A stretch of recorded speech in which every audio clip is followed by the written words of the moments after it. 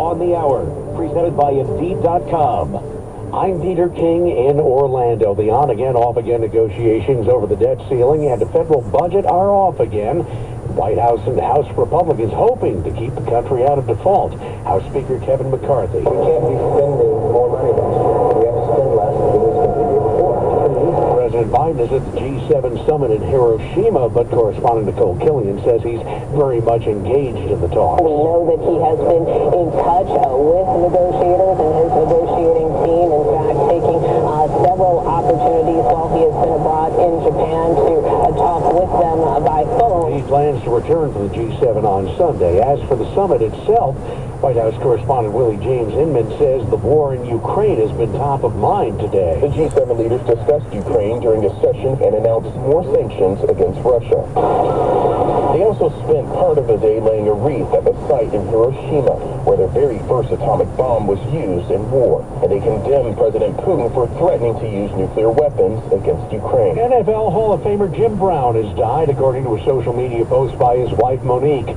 Brown was one of the NFL's first true superstars, an almost unstoppable running back who won 3 MVP awards during a career that lasted less than a decade. CBS sports analyst Charles Davis. Led the league in rushing 8 of the 9 seasons he played. The other season he didn't lead it, he finished second.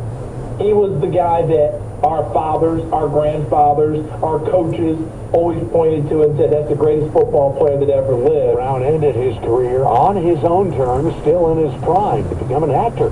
His post-football life included civil rights activism, along with several arrests for domestic violence issues. Jim Brown was 87.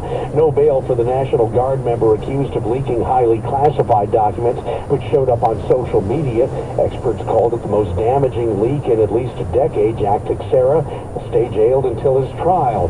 Another alleged leak of confidential information involves a Washington police officer now under arrest. CBS's Cammie McCormick. This officer was arrested today for not just lying, but obstructing an investigation after the Proud Boys destroyed a Black Lives Matter banner in the nation's capital. Shane Lamont of the Metropolitan Police Department allegedly warned the group's leader that there was an arrest warrant out for him. He's been indicted by a grand jury and will make a court appearance today. Pennsylvania's portion of Lake Erie could become a national marine sanctuary. Biden administration officials say it would mean federal funding to help find and preserve shipwrecks and more. The Dow lost 109. This is CBS News. Well, that's today's news. Today's news. I didn't hear any good news, did you? I didn't think so. I guess it's all about perspective. The glass is half full. Well, as always, I want to thank you again for coming along with me on these Dash Cam News adventures. You know the drill. Peace, love, and all that hippie jazz. Bye-bye, everybody.